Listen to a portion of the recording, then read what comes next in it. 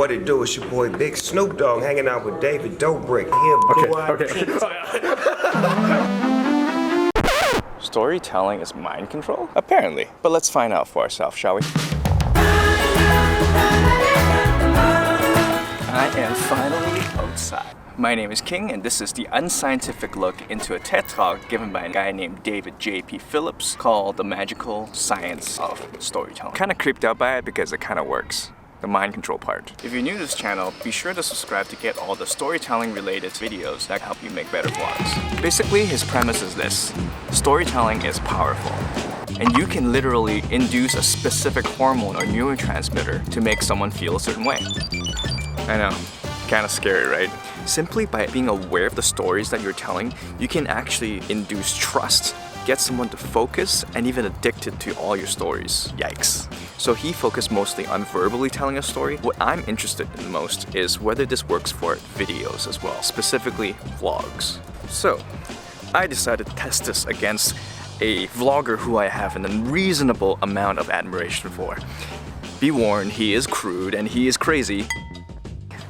He is the king of vlog.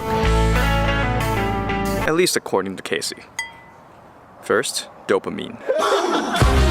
What's up, guys? Welcome back to my vlog. If it looks like I'm a mess, it's because I'm 100% a mess. Before I show you guys what happened, I want you to understand that this was really stupid, and please, please, please do not do this at home. So this is how this happened. Jason and I were juggling a bunch of cans, and we were really bad at it. We couldn't catch a single one. So I thought it would be better, since we can't catch the cans, we could maybe catch the wine bottles. So we switched out the cans for wine bottles, and then this happened. Let's do wine bottles. No, it's too much. I know, but it'll be funny. Now David and I feel we've been practicing long enough that we can move on to very dangerous objects. 5, 6, 7, 8.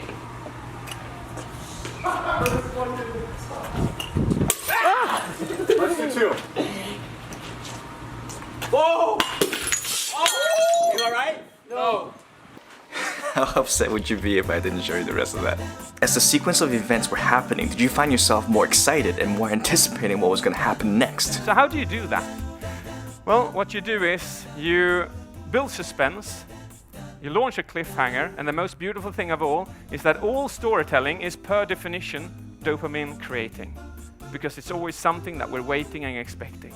I think the key word here is waiting and expecting.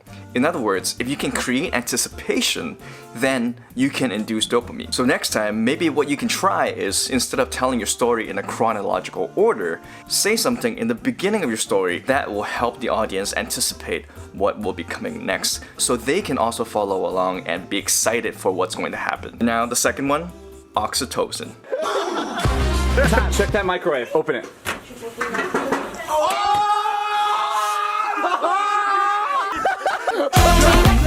Can you pretend like you're trying to get into Corinna's pants real quick? Go, go, go. Oh! You guys! You guys! I actually have surprise merch for Todd. This is his first time seeing it. Corinna, come in! Turn around in 3, 2, go. You've been iced! So I think this is a bit of a hard one, but if done right, it can increase the bond and trust between you and the audience. At first, you might not be able to identify with David Dobrik in his way of pranking his friends, but what you are able to do is share a laughter with him from behind the camera. I think when he uses his POV shots to show us what's happening, he's actually putting us right there. It loops us into the inside jokes, and the more inside jokes there are, maybe the more oxytocin is created? Anyways, the key is empathy, and you don't have to be like David. Just recognize who you are and share your unique human experience. Brandon dates like really good looking girls. Really hot. What do you threaten him with?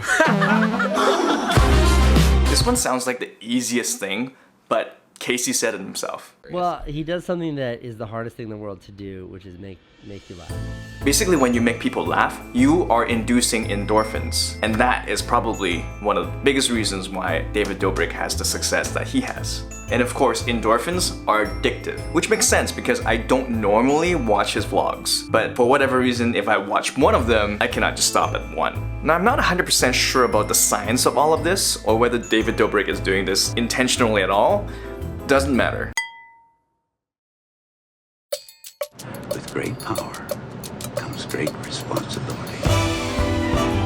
So last week, we picked something out from this jar, and We've already started on it, but we ordered it on Amazon. It hasn't arrived yet, so stay tuned for next week. Oh, that's so bad. Just one more thing, click here for the whole responsibility thing if you missed it last week.